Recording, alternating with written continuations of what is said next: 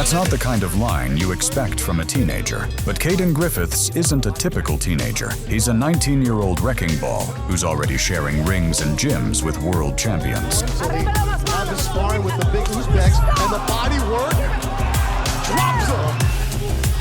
Yeah, a lot of punishment, and it goes down, and it's over. At this point, fights involving him aren't really about if he wins. They're about how long the other guy can stay upright.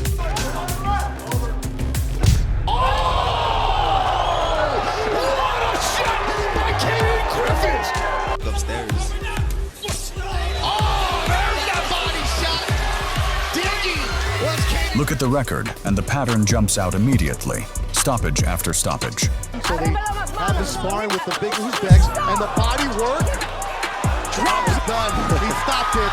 A second round stoppage. Most of them come before the fight even gets a chance to find a rhythm. Sergio is like going 1,000 miles an hour. He's very calm here. And there's that left hook. Some end in the first round. None of them go the distance. That's not luck. That's a fighter who hunts finishes on purpose and finds them. Yeah, a lot of punishment, and it goes down, and it's over. A first round KO for Caden. To reach his prime, Caden is consciously working on improvement, better pacing, energy conservation, and tactical adjustments rather than just relying on raw aggression. Born May 22, 2006 in Harrisburg, Pennsylvania, and raised in Lake Havasu, Arizona, Griffiths didn't start out chasing knockouts. His first taste of combat sports was Taekwondo. His mother wanted him to learn self-defense, and his father started him off with the basics. Boxing wasn't even the plan. After the family moved to California, Griffiths was signing up for soccer when he spotted a boxing gym next door. My dad started training me when I was 4. Just started off with the basic left and right. Then we moved out here, and I started boxing at the community center. And then I just fell in love with it. I just started boxing every day. I was like, Dad, can we go to the gym? Can we go to the gym? He's like, you really want to go? I was like, yeah. So I've been going every day since for almost 5 years now. He sparred on day 1 and was hooked instantly.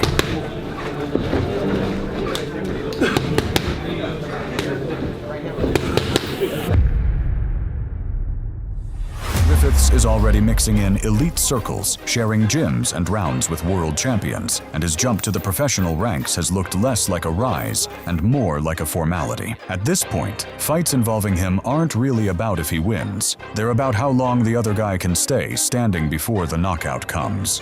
Punishment, and it goes down, and it's over. With the big Uzbeks, and the body work drops him.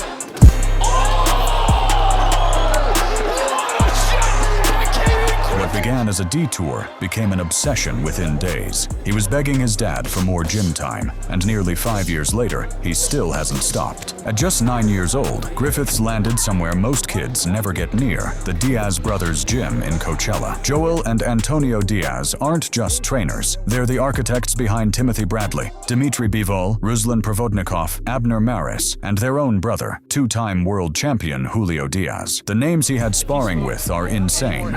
He has worked with elite fighters and notices the best skills in them. Oh, I mean, I train in a gym full of champions. I've grown up sparring Murad John Akhmadaliev. Walking into that gym meant Griffiths wasn't learning to box in a vacuum. He was absorbing lessons alongside elite professionals, and it didn't take long for the Diaz brothers to notice something different in him. He was serious, coachable, relentless, the kind of kid who makes veteran trainers sit up straight, and that environment became the launch pad for a decorated amateur career. Griffiths' sparring background reads like a blueprint for a future champion. He fell in love with the sport the moment he stepped into the ring on day 1. And from there, his access only got more elite. At the Diaz brothers' gym in Coachella, he wasn't just sparring kids his own age. He was sharing the floor with seasoned professionals. Forged in one of boxing's most respected gyms, and now backed by one of its biggest promotional powerhouses, Caden Griffiths has built the kind of foundation that turns prospects into problems for entire weight divisions. If his trajectory holds, he won't just be a name to watch, he'll be one of the names defining his era, and winning is the ultimate goal. Not everything went Griffiths' way. Enter Kermel Mountain, Floyd Mayweather's protege, a fighter some describe as Mayweather's technical precision fused with Gervonta Tank Davis power. In 2021, they met at the Under-15 Championships, where they engaged in a genuine slugfest with neither fighter giving an inch. Griffiths came up short, losing by majority decision.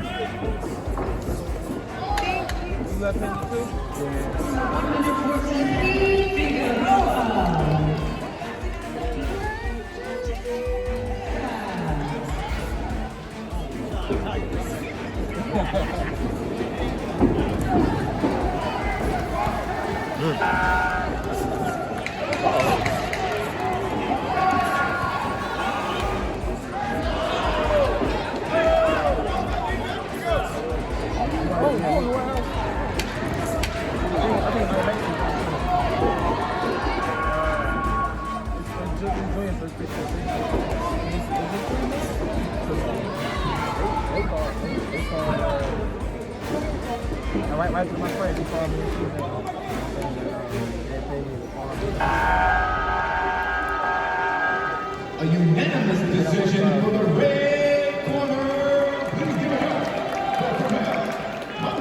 But losses like those didn't define him. They sharpened him. His amateur trophy case tells the real story. A Junior Olympics National Championship gold medal, 5 California state titles, a National PAL Championship, a National Silver Gloves title, a Junior Golden Gloves crown, and 2 Junior Olympics silver medals. As he matured, Griffiths started training alongside world-class fighters like Israel Madrimov and Murodjon Akhmadaliev. In his own words, being surrounded by that level of talent gave him an extra edge, and that edge is exactly what fueled his explosive jump to the profession. I've been with them since I was 9 years old. You know, I've just kind of felt like the evolution of our team has gotten so much better, especially with, amazing talents like, Israel Madrimov, Murodjon Akhmadaliev, and all these guys from Russia and Uzbekistan. It's been a great honor for me to train alongside them, world talent. So taking that with me into the pro ranks, I feel like I have like an extra edge on people. In the recent interview, undefeated welterweight prospect Cayden Griffiths reflects on his amateur history with Moten. About Moten as an amateur, what do you remember about that fight? He's a great fighder. I have nothing bad to say about him. Decisions didn't go my way in the amateur, but that's the amateur game. You win some, you lose some. But he's a great fighter, and I look forward to the last season. Was there a lot of action in that 3 rounds? You guys moved that power? Yeah, we always fought as kids. The last time we fought, we were like 15 or 16. But he's a great fighter, and he deserves what. In March 2026, Griffiths stepped in with Omar Munguia, an 8-2 prospect with genuine credentials, someone who could realistically push him into deep water for the first time as a pro. All right, Caden Griffiths, had a while ago, and he continues to live up to the hype and gets better and better.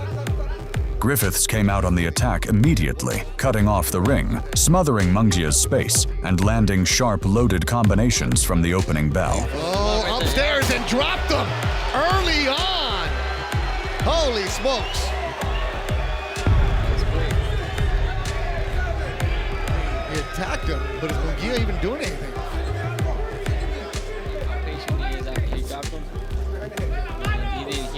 Big right hand from Caden. A hook from Griffiths.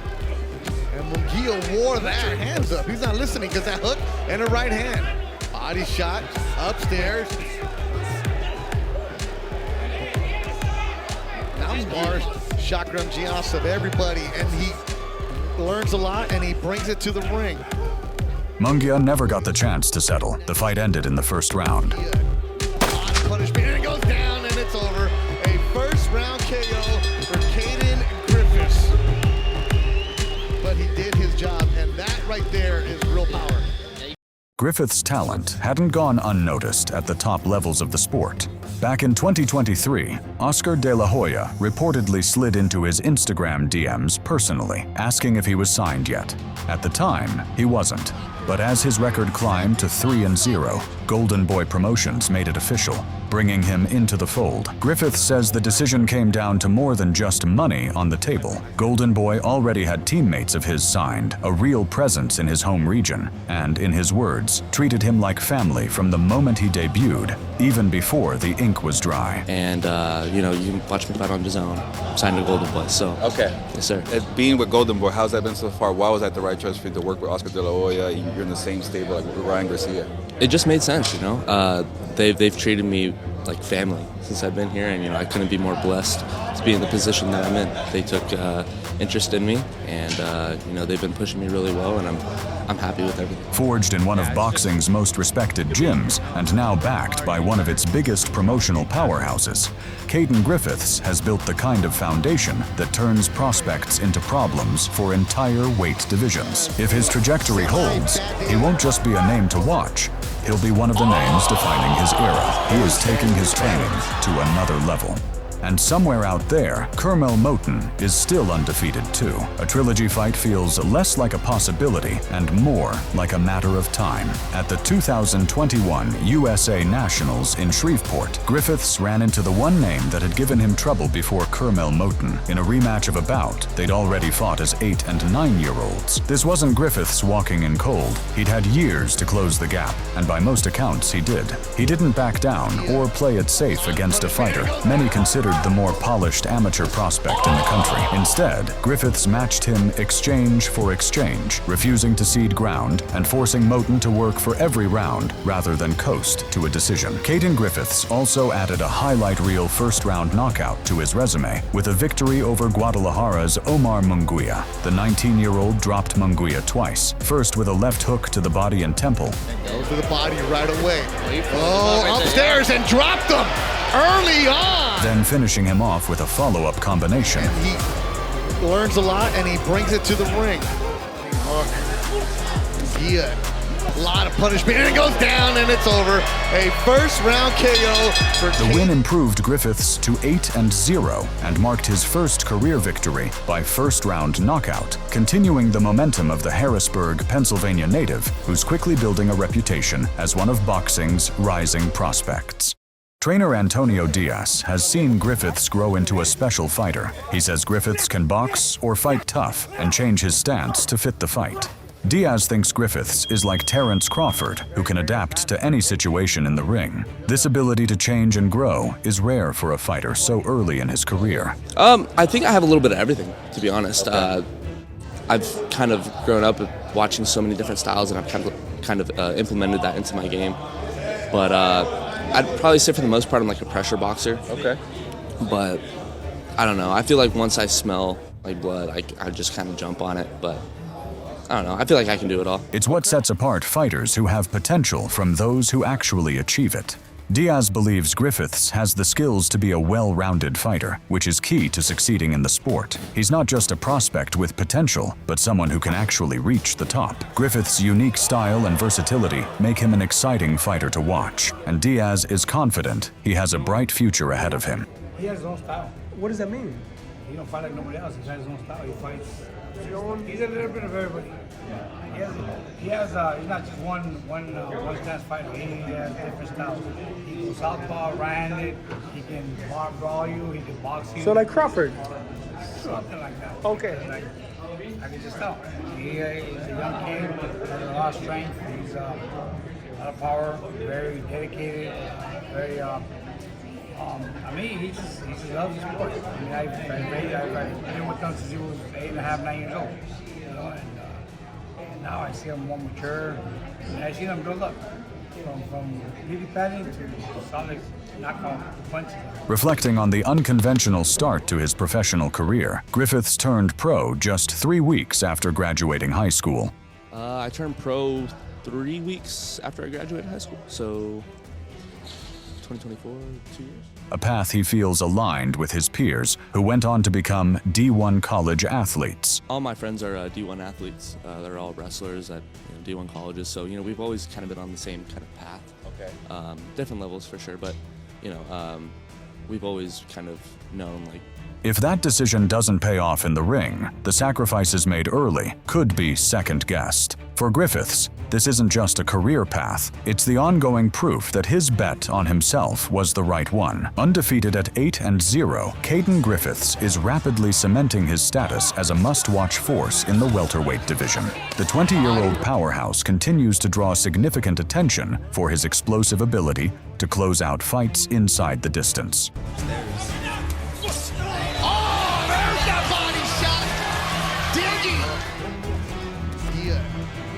Punishment, and it goes down. And so they have him sparring with the big Uzbeks, and the body work drops him. 15 years old, and I got in the ring with Terry Norris. Nice left, and that sends Espino down. As anticipation builds regarding his next move, whether he chooses to immediately test himself against higher-tier opposition or continue refining his craft against another challenger, his trajectory remains highly compelling. Given his team's focus on maintaining a highly active schedule, a return to the ring is likely on the horizon soon. If his development continues at this pace, a jump into more meaningful competition could come sooner rather than later. The next 12 months should go a long way toward answering just how far this run can go. Let us know in the comments who you'd like to see him face next. If you enjoyed this breakdown, drop a like, subscribe for more boxing coverage like this, and hit that notification bell so you never miss a breakdown when the next big prospect makes noise.